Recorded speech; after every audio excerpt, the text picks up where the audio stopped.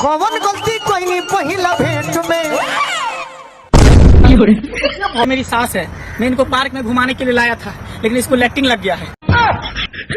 सारे रे हाँ तो का हाल बा भाई लोग, उम्मीद करा तानी कुछ ठीक हो बोलो। तो आज हम फिर से बात करे वाला बानी भोजपुरी रील के ऊपर, काहे कि ये बहुत ज्यादा गंदगी मचा देला बड़ा सन। तो आज के वीडियो शुरू से अंत तक ले देखिए लो, तबे मजा आई। आ वीडियो शुरू के तो पहले बता दीनू कि ये वीडियो खाली मनोरंजन खातिर बनाओ गइल बा, केहू के अपना दिल दिमाग गुद्दा फेफड़ा कोई पर नहीं खेलबे के। तो बिना कोनो बकचोदी के शुरू कर आज के वीडियो।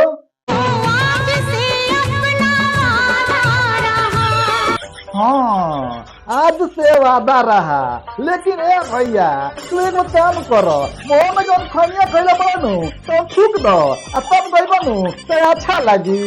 कौन गलती कोई नहीं पहिला भेंट में।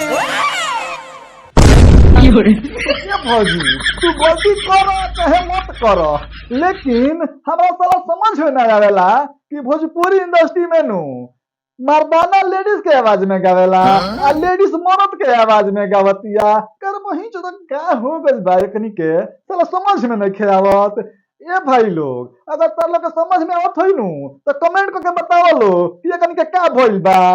यही नहीं, अभी और सुनिए। मेरी सास है, मैं इनको पार्क में घुमाने के लिए लाया था, लेकिन इसको लैट्रिन लग गया है। सारे रे ये कौन सरवा दामाद हो, ये सरौ तू नहीं, तू हमार बात सुन आ उहे काम करी हो। अगर झाड़ा लाग गइल बानू तो सारे तू नहीं, तू अपना मुंह में हाथ डाल लो। अब पानी नहीं खानू तो कोई तक की कहीं घिसरी काट ले तेरा बहुत चोदे। हे भगवान तेरी लीला अपरंपार है। अब यहाँ पे पानी का भी व्यवस्था नहीं है, मुझे समझ में नहीं आ रहा मैं क्या करूँ नहीं करूँ। सार तू नहीं तारा समझ में नहीं आइल। अब देखो हम तारा के नु ऐसा न मारब नु आगे नाच के गिर जाए वही जा, अब तारा पता ना चली कि कौन चीज से मरनी है। अब समझ जा तू सारे कैसी अपमानजनक बातें कर रहा लड़का ये। देखिए मेरी भाभी लगेगी। अबे नु कहत वाला हो कि हमार सास लागी, अबे ई सरवा कहत नु कि हमार भाभी लागी। करे वही चोदो ई पागल क दी हसन। एक कैमरामैन आगे लगा ई सरवा का कहता।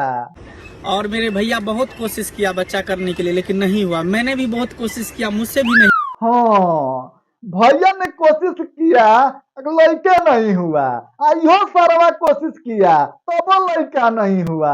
तो ए सरऊ एगो काम करो ना, हमरे गाँव में एगो गाधा बा ओकर लगे लियाओ आ मरवा दे तनी कर वही चोदो। काहे ना लड़का होई, आखिर काहे ना लड़का होई कर वही चोदो।